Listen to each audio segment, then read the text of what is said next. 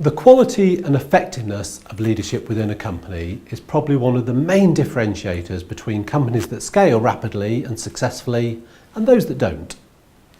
There have been hundreds of books and theories on what makes an effective leader, but in our opinion and experience, it comes down to the ability to put in place and to maintain 3 core elements, and then align and embed these into the company culture by consistently demonstrating a range of behaviours. The 3 core elements are as follows. Firstly, the leaders need to set the vision for the company so that all the stakeholders are clear on both where they're heading in a business and why. Companies with a clearly stated vision allow others to be inspired and are much more likely to retain both team members and customers as they're given a reason to stay with the company.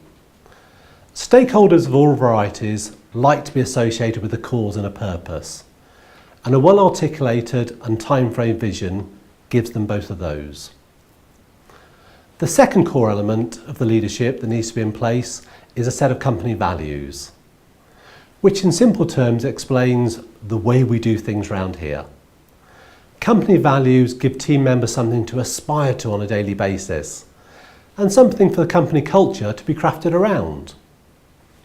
Once defined, the leaders need to make sure these values are embedded in the way the company operates, and they don't just become a one-off leadership exercise. Whereas for most companies the vision will be relatively fixed and not vary from year to year, we would actually recommend that the company values are reviewed at least annually to make sure they're relevant, make sure they're aligned with business performance. Now, the final part of the Holy Trinity at the core of any successful company is the core competencies. Of the 3 elements for most leaders, these are the most difficult to define. Now, technically, a core competency is basically the resources and skills that distinguish how a company is going to compete in a chosen marketplace. And there are 3 recognised criteria that need to be fulfilled by a core competency. The first one is it should provide a potential access to a wide variety of markets. Secondly, it should make a significant contribution to the perceived customer benefits at the end of the product.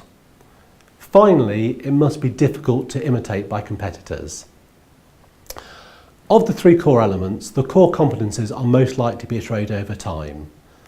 This is because the marketplace changes and because competitors catch you up and offer the same product and services.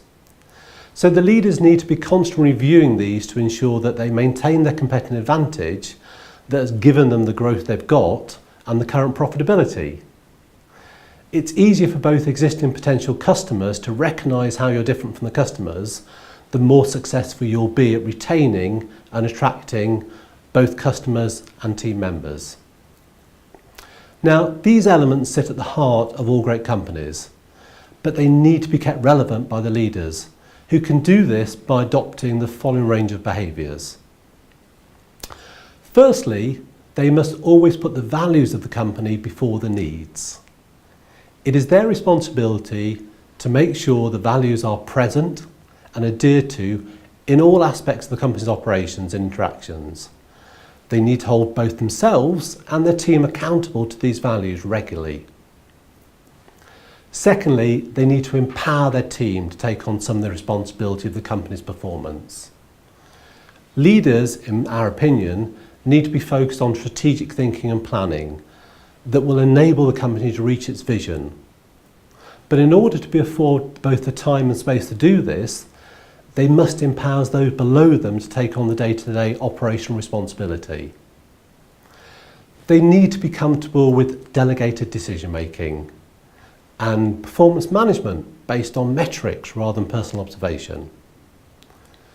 Thirdly, they need to be persuadable, which may come across as counterintuitive trait, but strong leaders are happy to be proved wrong. Smart leaders don't need to be the smartest person in the room all of the time. As the company scales, it's probable that there'll be other people in the organisation with better ideas, a better viewpoint because they're close to the customers. Great leadership teams don't operate in isolation. They're comfortable being challenged and sometimes actually encourage it. Now, the final behaviour leaders need to demonstrate is vulnerability. They need to be comfortable setting outside their comfort zone. They need to be comfortable trying something new without knowing whether it's actually going to work. For a company to maintain a competitive advantage in any busy market, it will need to be constantly evolving and innovating. And the leadership needs to not only encourage this attitude, but also to demonstrate on a regular basis. If they want the rest of the company to do this, they've got to lead from the front. So those are the 3 core elements and the 4 behavioural traits that, in our opinion, define great leadership. In the end, it comes down to what we'd categorise as intentional leadership. This is leading from your core with strength and certainty, but at the same time being open to new ideas and challenges.